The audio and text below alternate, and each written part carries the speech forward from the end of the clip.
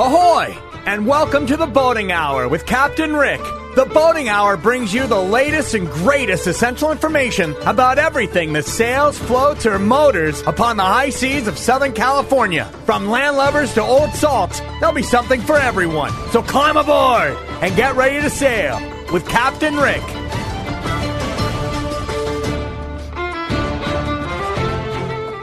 Ahoy out there, and welcome once again to the Boating Hour. I'm Captain Rick, and I want to thank you for joining us here on AM 870. We're here every Saturday at 4 p.m., and please be sure to visit us on the web at theboatinghour.com. And now on Instagram, Facebook, and YouTube, The Boating Hour with Captain Rick. Thanks to our sponsor for our show today. For a healthy gut, the best probiotic on the market, Livia One Probiotics, natural, organic, and allergen-free. Well, we had such a wonderful couple months. I had the Coasties, the Coast Guard, and the Coast Guard Auxiliary, and the Navy. We had all kinds of guests on. And today we have some fabulous guests for you. John and Judy, thanks for joining Captain Rick on the Boating Hour. Thank you, Captain Rick. That's exciting to have you. Judy, I want to thank you for the pictures that you sent me. That was at Balboa Yacht Club? Is that where we met? Yes. Balboa Elks Yacht Club. Oh, that's right. You can join That's right. It was the Balboa Elks Yacht Club. That's right. Well, I'm going to put these up on the website, and let's talk a little bit about RBOC, because that's why I called you. I want to talk about the Recreational Boaters of California. What RBOC stands for? What again? Recreational Boaters of California. Excellent, because there's a lot of stuff coming up in a virtual town hall meeting as we're taping this on Wednesday that people can go to. Let's talk a little bit about how you got involved with RBOC, and then we'll introduce John. Well, thank you. Thanks for having us on as well. I appreciate your program and what you're doing and supporting us as well. I got involved with RBOC. I became a director this year, but I got involved with Southern California Yachting Association, which I'm a delegate for my club, Morro Bay Yacht Club, on the Central Coast. And that, because of my involvement with my club and SCYA, I was visiting or going to the meetings for SCYA and became kind of known, and they wanted me to stay involved and asked if I would be a director for RBOC, and I said yes. That's exciting, because the RBOC is so involved. I had John on the show. John, welcome back to the show. But last time you were on the show, we didn't really talk about RBOC. I think we talked about the Southern California yacht clubs. Tell me about that organization and what they do. The Southern California Yachting Association has a storied history that goes, way back. In fact, I think originally it started in the 1920s. In fact, we just had our 100-year anniversary. Yeah, we're at 102 years now. Oh, my goodness. Yeah. So it's, again, it started with probably 6 yacht clubs, and now I think we have probably 93 yacht clubs. So it's almost like a homeowners association for yacht clubs. But they do everything to, help people with education and celebration with, all these perpetual trophies that they offer. And we put on the Midwinter Regatta, which has been running for 93. I think we just had our 93rd edition of the Midwinter Regatta, which attracts sailors from all over the country. And it was originally created just to showcase the weather that we have here in Southern California, because back east, the yacht clubs pretty much close up for the winter, and all the boats get taken out and winterized and kept out of the snow, and they take the docks out of the water. I mean, it's here. I mean, we have the ability to use boats recreationally all year long. Yeah, that is pretty exciting, but I tell you, I never understood the significance of opening day until I visited a friend in Midwest, and he was bringing the boat out of the water. The docks weren't even in yet. It was, such a big deal. He had to take a forklift, and my boat's in the slip year round. so that's exciting. Every year I at the SCYA meetings, I donate to the RBOC, to the Recreational Boaters of California. Every year I make the gift on behalf of Marina Yacht Club, and I'm part of a couple clubs, but the one that right now I'm trying real hard, it's Howard Hughes's club. When Howard Hughes built and sold Marina del Rey and created the largest man-made recreational boating harbor in the world at one time, Marina Yacht Club was founded. So I'm part of that group, and I donate to the RBOC. So there's a lot of stuff coming up. So tell me a little bit about, the town hall that people can go to, or the virtual town hall, because it's going to be taped. How do people get to that, and what are the issues that we're facing right now? There's a lot of issues, and I know RBOC is really at the top of all the issues that are important to boaters. So let's talk about that virtual town hall, how people can go to it and listen in, and what are the big issues of our day right now? Yeah, so our virtual town hall is actually being held before this program is being aired. So you will be able to go in and watch the video. It is a Zoom, and it's at rboc.org, and I'll send you that link so you can put it on your site. And you can get on there and click on the top banner that'll say Virtual Town Hall Meeting. And the key issues are going to be the increase in boat registration fees, speed limits, abandoned vessels, delta conveyance, and offshore wind energy. Well, that's a big issue right now. I think our wonderful governor is trying to raise these fees so that he could put, windmills out in the ocean instead of oil rigs. Is that what's going on? John, you want to lead on that? Because I don't understand what he's going to do, because I know the windmills, as you go out to Palm Springs, they don't work. They spend so much money, and they last a year. They're killing all the birds, and they're not giving us the energy that we were promised. We paid for all that. Is that what's going on with our wonderful governor with the offshore wind energy that they're trying to raise money for? Well, a lot of those offshore windmill farms, are done by Siemens Energy. I think their stock price dropped like 37% when they announced themselves that it's not really going well. So talk about having an eyesore, off the coastline, and hazard to navigation, and detrimental to migration paths for a variety of different whale species. It's just, it's almost like the train to nowhere that the state of California proposed and blew a lot of money on, and that it never came into being. So I think this is another one of those type of proposals. So it's spending our taxpayer money foolishly. I think we had like $100 billion surplus, 2 years ago, and this year we came up about $30 billion short. So of course they decided to go after the recreational boaters. So originally they proposed a 250% increase in the vessel registration fees. And then we, Recreational Boaters of California, in our lobbying efforts, got that reduced to zero. But when they came up with this $30 billion shortfall, they said, well, let's try that again. And then in the revised budget, they increased boater registration fees by 300%. But we've been, with our advocacy efforts, we've been able to push back against that, and both the Assembly and the State Senate said, no, we're not going to do that. So the way it's progressing right now is it's favorable for boaters, but there could always be one of those little budget trailers come in after the fact where they try to stick it to the boaters again. We had to point out that we're collecting $110 million to the state in boater fuel fees, and that's supposed to go to boaters and providing all the necessary resources they need to have, like boat launches and pump out stations and things of that nature.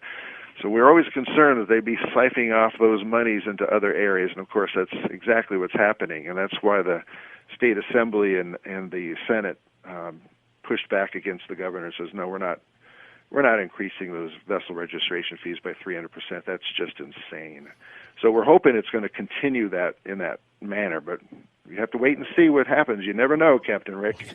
Well, I remember when our governor, Governor Arnold was the man.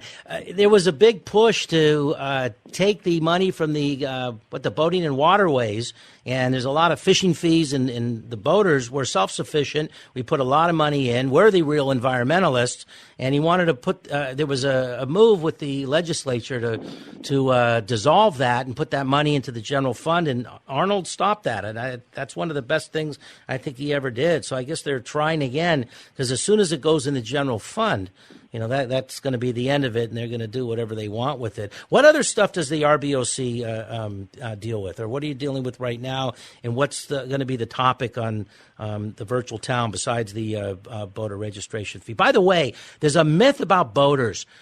People watch movies and they think all boaters are in these 100-foot, captain ships. You hear about the billionaires in their boats. Not all boaters are the rich crowd. You got a lot of college students. You got people, this is their recreation. People have boats on trailers. And, it's not really the luxury that everybody thinks it is, but it's a wonderful group. It's a wonderful up and down the coast as I meet people. I really enjoy meeting boaters, whether they're fishermen or power boaters or sailors. I race. I'm a dinghy racer. But let's talk about some other things that the RBOC does and the topics that's going to be on this webinar. And the webinar, again, people can just go to rboc.org? That's correct. That's correct. Okay. We'll post the link. We'll post the link, which is a recording of that Wednesday night town hall. So, judging by the number of people that have already, signed up to participate in that, should be really good. And that way, people can go back and actually watch the original recording on their computers. And that way, that if it's not a convenient time for them, it was discussed morning, afternoon, evening, right, with this day, that day, and it turns out we just had to pick a time that was convenient for most and record it and just make it available to the general public through that Zoom link. And that's just the technology today that's helping us get the word out. That's the one good thing about Zoom. What's the issue on abandoned vessels? Well, abandoned vessels is always kind of a situation that we're trying to, address. And, we do have a fund in the state that allows agencies to remove abandoned vessels. A lot of times it just happens somebody has a boat and they pass away and the family doesn't even know that this individual owned a boat. And a lot of times that's what happens. All of a sudden there's an estate sale. They go, what about this boat? And they go, what boat? Oh, no. So that's just, it's something that we always have to do because a lot of times you have commercial boats that are abandoned, like in the Delta up in the northern part of the state, and they tried to, get our funds for recreational boaters to get rid of those abandoned vessels, and we always have to fight back against that and say you need to create your own fund that commercial boat operators can contribute to, and then when you need to get rid of one, because get rid of an abandoned vessel recreational boat, it's typically on average about $3,500. Oh my goodness! But some of these large vessels they just abandon, like in the Delta area. I mean, it probably cost over $1 million. I mean, these things just sink down into the mud, and it's just awful. So they would wipe out, our funding for recreational boats that have been abandoned. So that's something that we're always having to push back against. So the best thing about Recreational Boaters of California, we're 18 people that are active in the state and local areas pushing back against all this stuff that they're trying to do to make it difficult for recreational boaters. Because when you think about it, Captain Rick, 70% of recreational boaters probably make less than $70,000 a year. I mean, these are the people with the small craft, and those are the people that are very, very active, and they just don't have the resources. And that's where we come in, because we're basically just a grassroots advocacy organization, made up of a lot of people that have been in recreational boating for a long time, and they just want to make sure that this continues to be available to the general public rather than only available to the very wealthy. Right. And that's the thing that we're always fighting for is the common man and woman, so that they have access to recreational boating. Well, that's how I got two of my boats. I got a Cal 20 that was abandoned, and I was sitting in the slip, and the dockmaster wanted it out of there, and I got my famous Ranger, the Lone Ranger, a Gary Mall Ranger 26 that I cruised and raced and even went down to Ensenada on, and it was used by a gentleman to store all his fishing gear. So his father had died, and he had a fishing boat next to it. He bought it from somebody that had moved. And that's all he was doing. He was storing it, and for 10, 12 years or so. And he passed away, and the family didn't know that he had that boat. They knew they had the fishing boat, and they auctioned that off. And it was sitting there, and it was decaying. It was starting to take on water. And that's how I got that Ranger. And I remember I had all this fishing gear. So I called the family. I said, I've got thousands of dollar dive gear and fishing. I'd like to give this back to you, or, find the family that wants it. And they told me, says, you know what? You can have it all. I had a big swap meet outside the club, and I donated the money to a couple of the youth programs, and I still help sponsor the Super Bowl regatta at the Santa Monica Windjammers. I try to do that because they used to have a dozen kids. Now they have almost 100 boats out there every year, right before the Super Bowl. That's fantastic. Yeah, so I got So Judy, tell me how you got so involved. Did you grow up boating, sailing? Did you come from a boating family? Where did you get involved? Because you're so involved with your club and, with the RBOC and SCYA. Tell me your story and how you got involved, how you started out. Yeah, which one? Judy or me? Okay, let's start with Judy. Okay, so I grew up in Southern California in Orange County, and my dad was an avid fisherman in lakes and deep sea fishing. I have 3 older brothers, and he was all about the boys and him going fishing, and I, of course, wanted to go as well. That was just part of it, and so I fell in love with definitely the water and with boating, and I started sailing in my mid-20s. Oh, wonderful. And, and so now I'm an active sailor, racer, and like you said, you were talking about most people think of recreational boating or recreational boats as big white yachts and such, where, the average recreational boats, like the dinghy boats and such, they're all under 25 feet, right? Or even 16 feet. And and for me, myself, I have, I think, 1, 2, 3, maybe 4 little dinghy sailboats. Oh, wow. Okay. And then I have a few skiffs, and then I have a 23-foot Robalo fishing boat for sale, if anybody's interested, and a 1972 Grand Banks 36-foot that I'm restoring right now, and that's a power boat. That's the Grand Banks is the holy grail of boats, I think. It's a beautiful classic boat. It's, of course, the liveaboards love that if they can get one, but it's a great fishing boat, great island boat. Mm-hmm. I love those. I like dinghy sailing because, you see the dolphins, and I've been up to Morro Bay and Central Coast.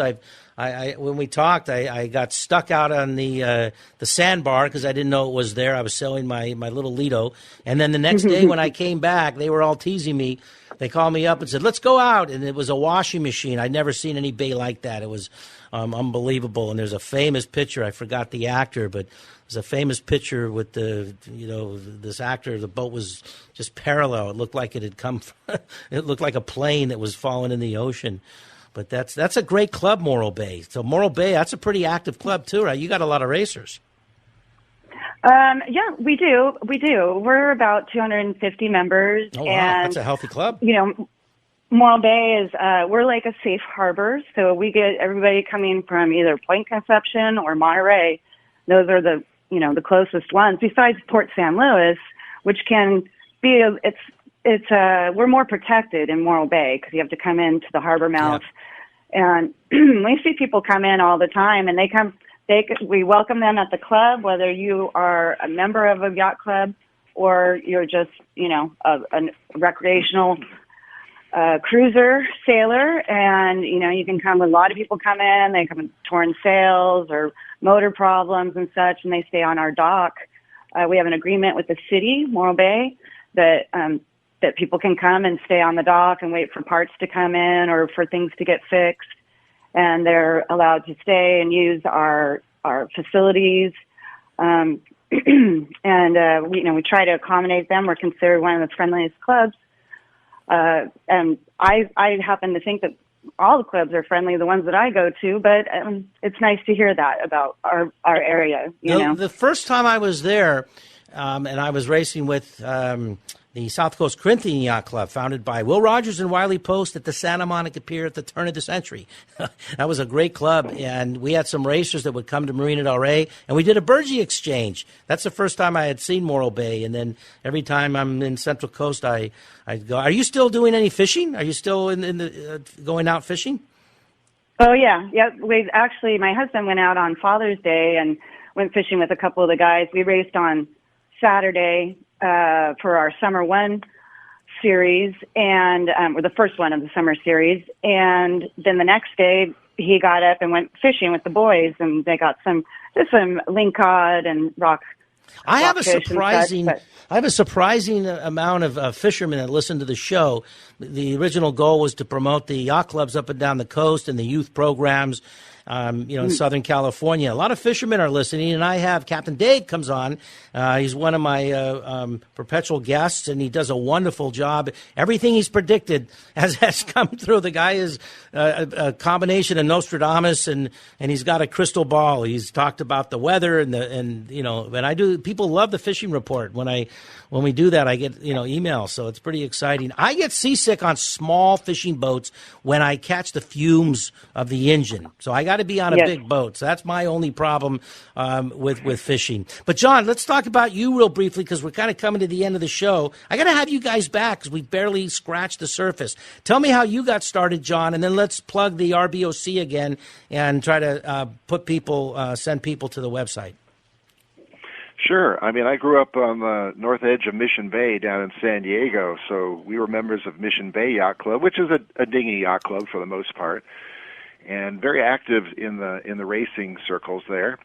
I started off, in the fourth grade in a Naples Sabot, so a 70-pound kid dragging a 90-pound Sabot to the water, and that's where the competitive juices got going. And then I crewed for my dad in the Penguins, and we started the Cal 20 fleet there, and he was the national champion Cal 20 class in 1965. And same year he was Commodore of Mission Bay Yacht Club. So whenever I go down there for any events to present trophies or whatever, my dad's picture's up there, and people always make me stand underneath his picture. So you get That's two generations amazing. There. I had a Cal 20. I had a Cal 20, and I raced it, and it was abandoned. And the rumor is it was the pitch for the Three's Company trailer where they're in Marina Del Rey on a Cal 20. And I love that boat. And it's not a Marina Del Rey anymore, but in other clubs, it's a very, very active fleet, the Cal 20s. So I really love that boat. Here's a funny story about Cal 20. I mean, my dad was racing in the Cal 20 Nationals up in Alamitos Bay, and after that, because it was summertime, he had a family of four, my sister and I, my mom and him, and we went over to Catalina on a Cal 20. Spent a week in Catalina on a Cal 20. Oh, my God. I can't even imagine doing something like that today because it's such a small... I did that and got into a lot of trouble because we had no running lights when I was in the Scouts. That was in the 70s. But, we barely scratched the surface. Again, RBOC, it'll be a link on the site. You guys want to come on next week and talk more about how the webinar went and talk about the speed limits and the abandoned vessels and the offshore wind energy. You want to come on next week and absolutely. I'd love to. I mean, John, if you're available, that I would love to come on. I do feel like we have a lot more to talk about, and yeah, we barely scratched the surface because that's all the time we have for you today. And I hope you guys enjoyed our show. We barely scratched the surface with these guests. So let's have you come on next week again. As always, we're Very fortunate to have such wonderful and exciting guests. And let's not forget the Coasties protecting our waters, America's lifesavers and guardians of the sea. And go to any of the shows. The whole month of May, I featured the Coast Guard and the Coast Guard Auxiliary. Remember, if you do it right and follow the guidelines and safety precautions, there's no place like being out in the water in the fresh air and sunshine in beautiful, sunny Southern California. Here at the Boating Hour with Captain Rick, we cover everything that sails, motors, and floats from San Diego to Santa Barbara.